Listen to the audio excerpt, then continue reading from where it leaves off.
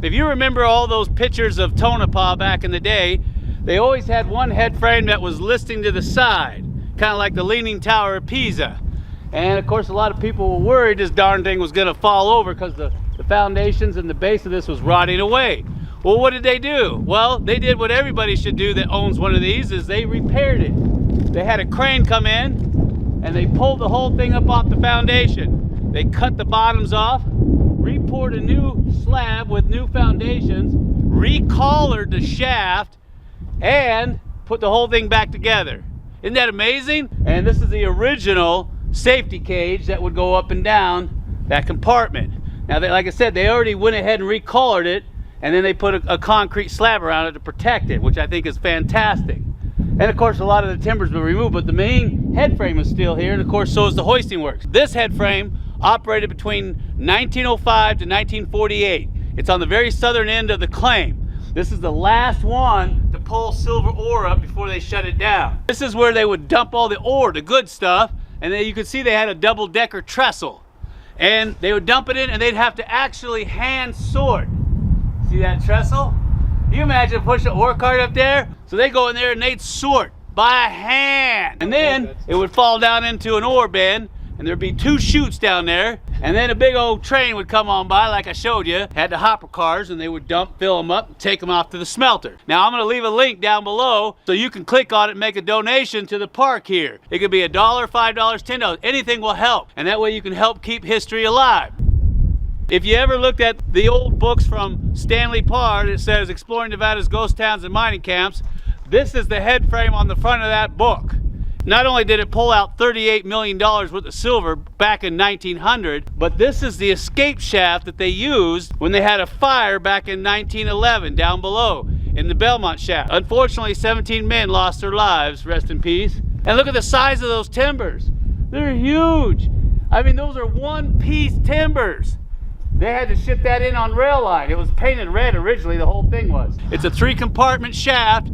2 is for the haulage of muck and ore, and of course the third one is for the manway and the ventilation pipe and electrical. This is Jim Butler's shaft, the original founder of Tonopah. He sunk this shaft all the way down to intersect the vein structures that are running across from east to west. He needs a haircut. Somebody cut his hair. He's starting to look like Willie Nelson. We're gonna head on down to the Midspaw shaft and we're gonna talk about that. So come on, let's go! Earthquake! Ah!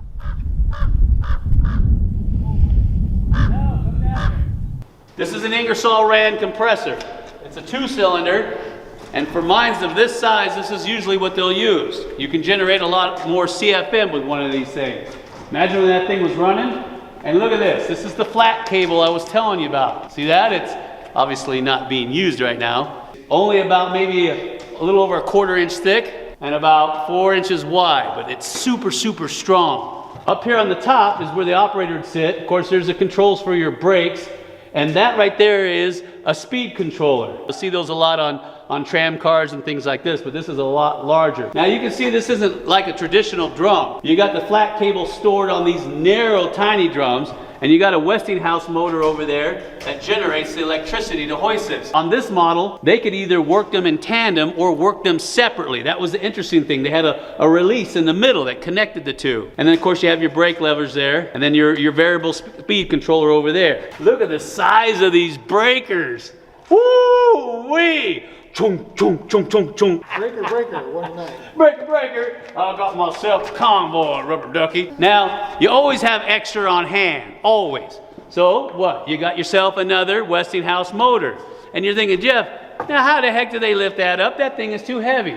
You use a gantry crane, son. That's how you move anything that's heavy around here. Now, of course, in the wintertime, it gets deathly cold out here. I can tell you that right now. Ain't that right, Nevada Jack? Man, it's still cold. So it's still cold and snowed yesterday. This is a homemade job. It looks like they used a shaft sinking bucket, and then they just welded a top on it, and then a vent, and then you can see where they vented up to the roof there. Now this mine was so big it had 2 compressors running. They had so many drills down below working the hundreds of miles of tunnel, they had to have 2 of them just to keep the drills working. Is you've got 2 cages, and it'd be like a counterweight system, and it'd be a lot easier to hoist when you got one going down and one coming up. And of course you've got the manway over here. Now the cages are interesting because they they have what's called timber dogs on the side, or locking dogs, and that way if the pressure is released off of that safety cage where the ribbon cable attaches, there are springs in there that turn those safety dogs in, and they lock on those wooden guides, so it stops the cage instantly. So that was a huge improvement over what they were using in the past. Now the Mitzpah drops down to a total of 15, but most of the working levels are on the 1,000. This particular mine pulled out $58 million in precious metals. Now the entire area pulled out $150 million when it was on operation. Keep in mind, those are 1900 prices. If it was today's prices, it would be in the billions of dollars. This is a 3-compartment shaft. And they went ahead, they pulled up the original collar because it was collapsing in. They didn't want it to seal up. And they replaced the first 20 feet. It's amazing. It drops down to about 900 feet. It bottoms out around 1,000. Come here, look at this. These are the guides I was telling you about that the skips would run up and down. These are common. All right, here we go. Oh, there it goes.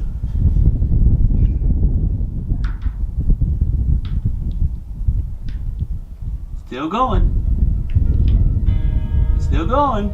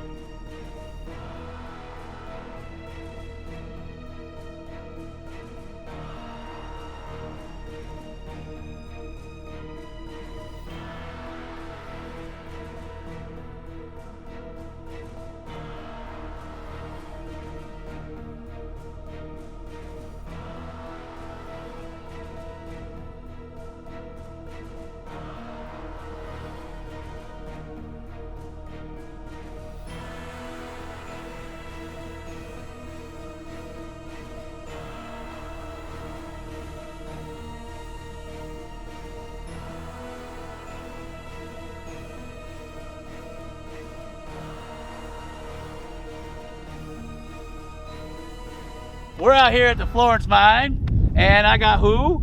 John Orrick. That's right. Oldfield, Nevada. And he's the owner. Owner of the Florence mine. And he's one lucky son of a gun, I tell you what. Right.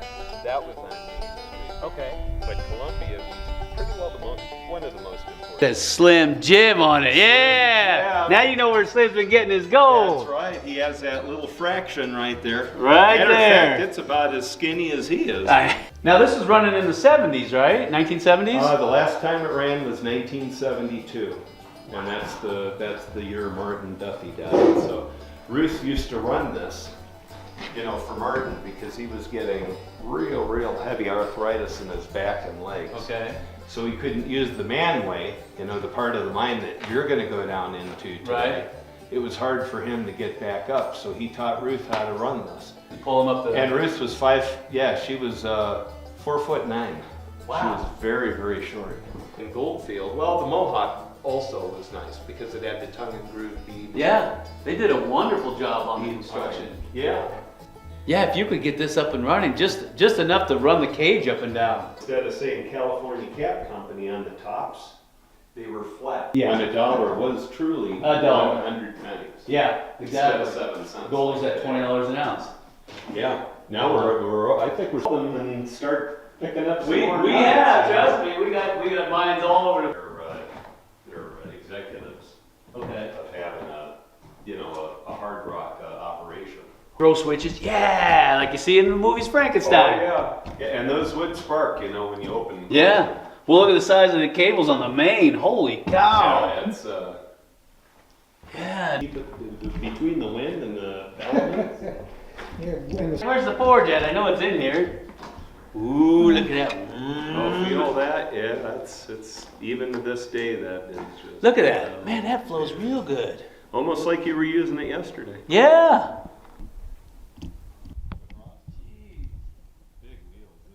Oh, that's not that bad. It's still in there, isn't it? There. All right. Not my first rodeo. Try to hit something now, okay, Jeff? All I right, mean it. Keep your eyes open. Oh, okay? definitely. Keep my feet I want them as wide as the sockets of Slim, okay? Look at this. This is cool. Oh, there's an old jug in here. No, there's everything in there. Electrical box. Wow, Check look the at the size jug. of those, There could be blues on it. look at the size of those cables. Come down. Ah, look at that. Huh?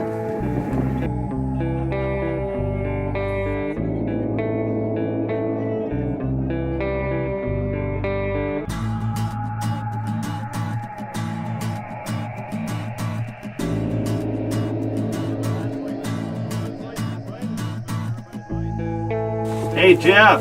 Yes, sir. My carbide light puts out about 7 candle power. Really? Yeah. Well, heck, what am I doing? I know. Jeez. Now, those are pretty bright. I could see them from down up here.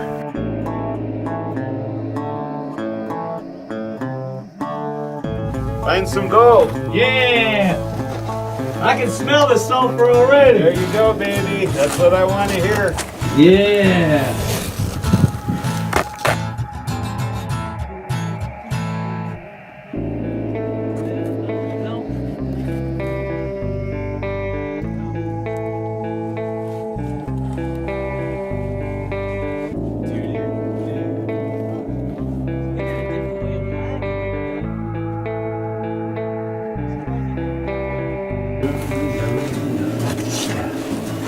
Yeah. Do.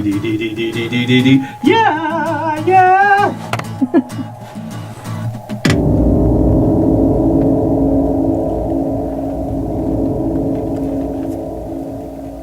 You gotta watch out. These ladders are missing wrong, sonny boy. This thing goes down 1,200 feet.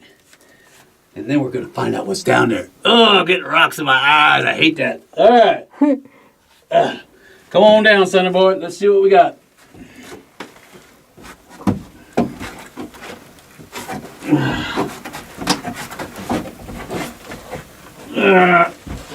Who does number 2 work for? The earth is trying to fill in this void, so what is it doing? It's shattering all these timbers. Shatter, shatter. And then up above you can see all these timbers are shattered, the lagging is shattered. because this is really soft kaolinite and it's just trying to squeeze back into this void. So if you come in here, you can see where the floor is all squeezed. You can see where, look at these timbers up in here, they're all squeezed. They're being crushed. They had to put some new timbers in to try to keep them from squeezing. That's why you can't run a safety cage down through there. That's probably why that one got stuck. Ooh, I like that one right there. That's a nice one. All right, we're gonna keep on running down. Keep it on. So let's get it on. All right. As you can see, the manway's getting tight because the earth is trying to squeeze back into this void. Woo, look at that lag. Oh, I better be quiet. Look at that lagging. I'm gonna show you what this looks like. A little bit on the tight side.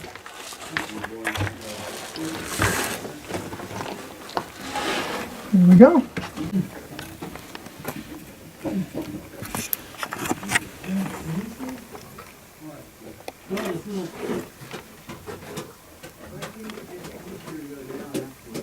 After this? Yeah. Ooh, look at that. Well, we're at station number 2. You can see that in the Florence mine. This mine goes 1,200 feet down. We can't go all the way to the bottom because there's water down there. And they still have the skip cars down here. These are the safety rails. These are MSHA approved. There's one here. What they can do is they can just dump directly into those skips using automatic dumpers on their skips because they have a Kimberly at the top of the head frame. So it rides up and there's a set of casters that are outriggers that catch the top of that plate on the Kimberly. As it goes up, catches, dumps, and then goes right back down. It's a pretty good size one too. And you can see where there's different levels where we would stop that thing. A guy would be sitting there at a chute. He would open up the chute on the ore bin, fill that munker up, ring the bell, and up that munker would go. Now in the old days they used bells, but come here, look at this. Now they had a buzzer here.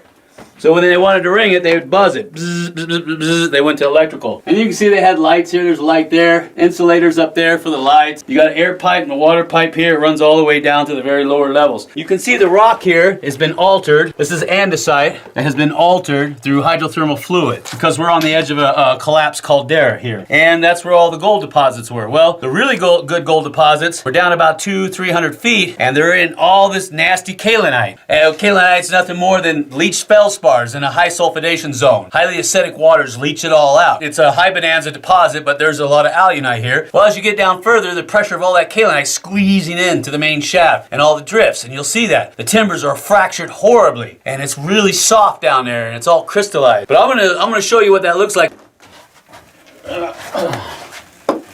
Oh man. Look at that. And there's one over there too. There's another one right there. Look at that. That one's seen better days. That one's crushed too. These are all crushed. Ooh, the gate's all busted off. We're at station number 3. I believe this is station 3. You can see the old bell system here that they use. Here's your power box. And then take a look inside. It's kind of squeezed shut. I don't know if you can see that. You can see the throw bar. There's the screw-in fuses right there. All the wiring is still in there intact. Of course, the box has seen better days. They put in a few new timbers. You can see the insulators with the wiring still on it. See that up in there? Isn't that cool?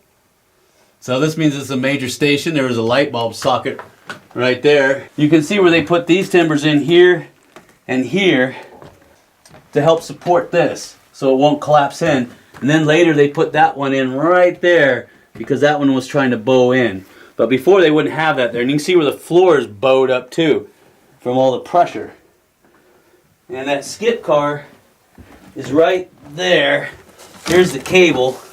It fell all the way down here and then got wedged in on these runners. As you go down, it gets tighter and tighter and tighter as the earth tries to squeeze in. And then there's actually a point where there's only this much room to get in. And over here, I got a main level. I can feel air blowing through here. And I got ore chutes galore, tally marks, miner's graffiti, dynamite boxes everywhere.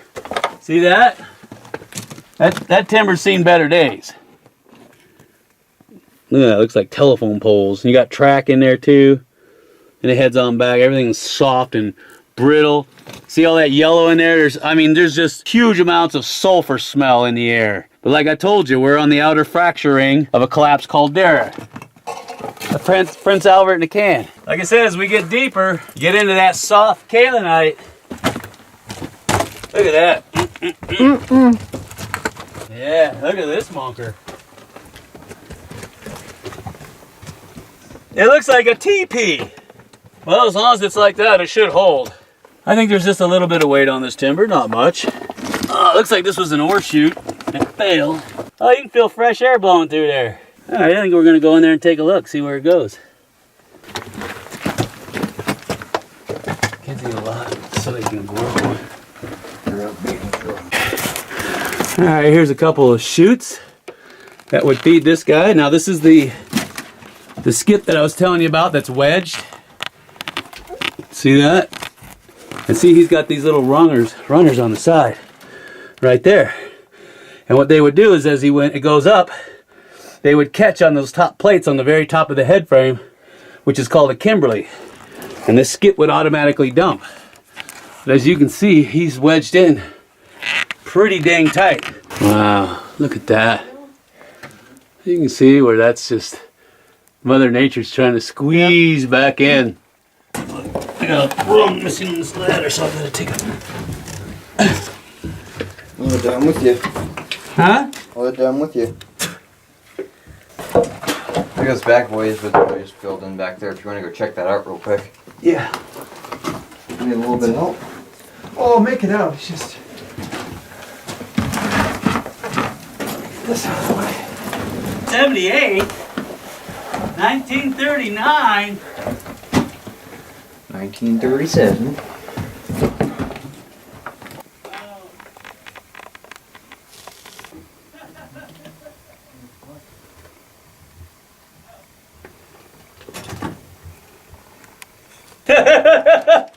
I had too big a breakfast.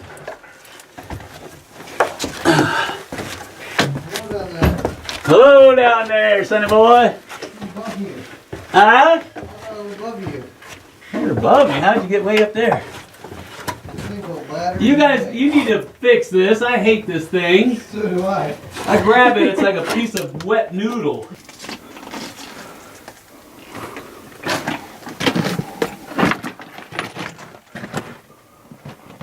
This is cool. This is really cool.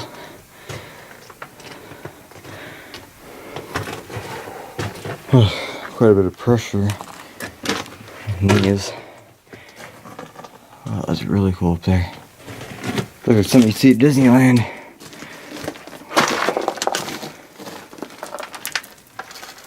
Ooh, gotta be careful here. I have limits. The limit might be high, but you gotta have them. Okay, so it isn't a complete drop. That's good, but now that's pretty cool. There's a platform right up there. Looks like that goes up higher. That's pretty cool. If you look over here, I'll try and make them stable. A little bit of a squeeze.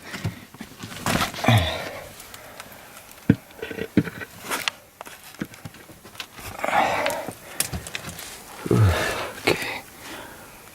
Oh, it goes back, more back there, but not much.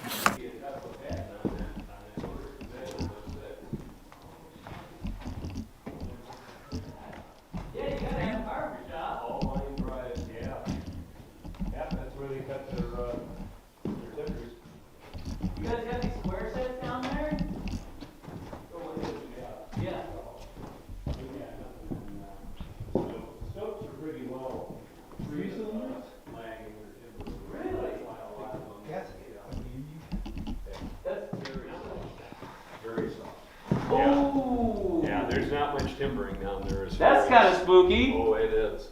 Yeah, when you're looking, 40 feet up and you see stuff that's just hanging. 40 feet. For another one. Wow, look at that. That's how you cut all your timbers. Isn't that something? Look at the handles on there and That's everything. another common sense one. No guards. Yeah, no guards. The only reason that guard's there is for the handle. So Yeah, exactly. So yes, it's bolted to that right there. That's it. Yeah. Wow. Yeah, they didn't have all that Just don't extra. get your finger caught in the pulley and you're good, you know? Yeah, I know, right? Well, they were engineers, you know? They thought ahead. I know.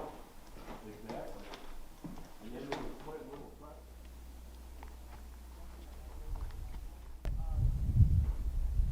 Well, today I wanted to show some more specimens called high grade, mainly from the Goldfield district.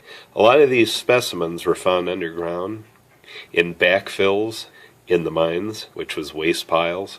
So a lot of it was just picked through, and a lot of the old timers left some of it behind. So I'll show you a few. There's a piece from Delamar in northern Nevada. These specimens are from the Sandstorm Kendall, which is just at the base of Columbia Mountain in Goldfield, the mining district. And then the Mohawk, which was the largest producer in the district of Goldfield. Then we have some of the red top, which is completely different than the Florence ore. Then we have some in the Seven Troughs area in northern Nevada. Really nice specimens. I can't really, well, is a piece from Oriental, Nevada. That's about, I think, 4 miles to the south of Gold Point. But that's a nice piece. But on the other side, you'll see how rich it is. But it's beautiful. Look at the quartz. Very pretty. That's from the Oriental mine, Oriental, Nevada. And then that's a specimen from the Panamint Range, Yellow Aster, Mojave, California. And then these are from Northern California. The middle portion of the rock is a Milltown andesite, and then you have that band of gold with cryptocrystalline quartz tied in with it. And then that dark area there is a band of bismuthinite and famatinite. And then the white is alunite, and there's a little bit of goldfieldite in there too. Can't see it, but it's there. A band of solid gold with cryptocrystalline quartz, and then alunite. And then there's a dark band of famatinite. I said the characteristics of this ore at the Florence mine is just really there's a big difference. Just really pretty stuff. Kendall in Goldfield showing how different it is from the Florence. Pretty rich piece of ore. Oh, Oriental, which is about 4 miles south of Gold Point. Very nice. Rich. Are you accepting donations to get this stuff back up online? Oh, yes. Now, I'm going to leave some links down below. Hey, did you enjoy your time here? I enjoyed my time here, really did. Right. It's great to walk around and see all this stuff. He's intoxicated with happiness. I know, right? I'm going to have to carry him back to the wagon. All right, so we're going to get out of here. So, till next time, this is Jeff Williams and who? John Orick. And who? Nevada Jack. Saying, you like gold mines? Well, we do too. You want to see some samples of gold like you ain't never seen? You come out here and see all three of us and him too. This is the place. Take care, everybody.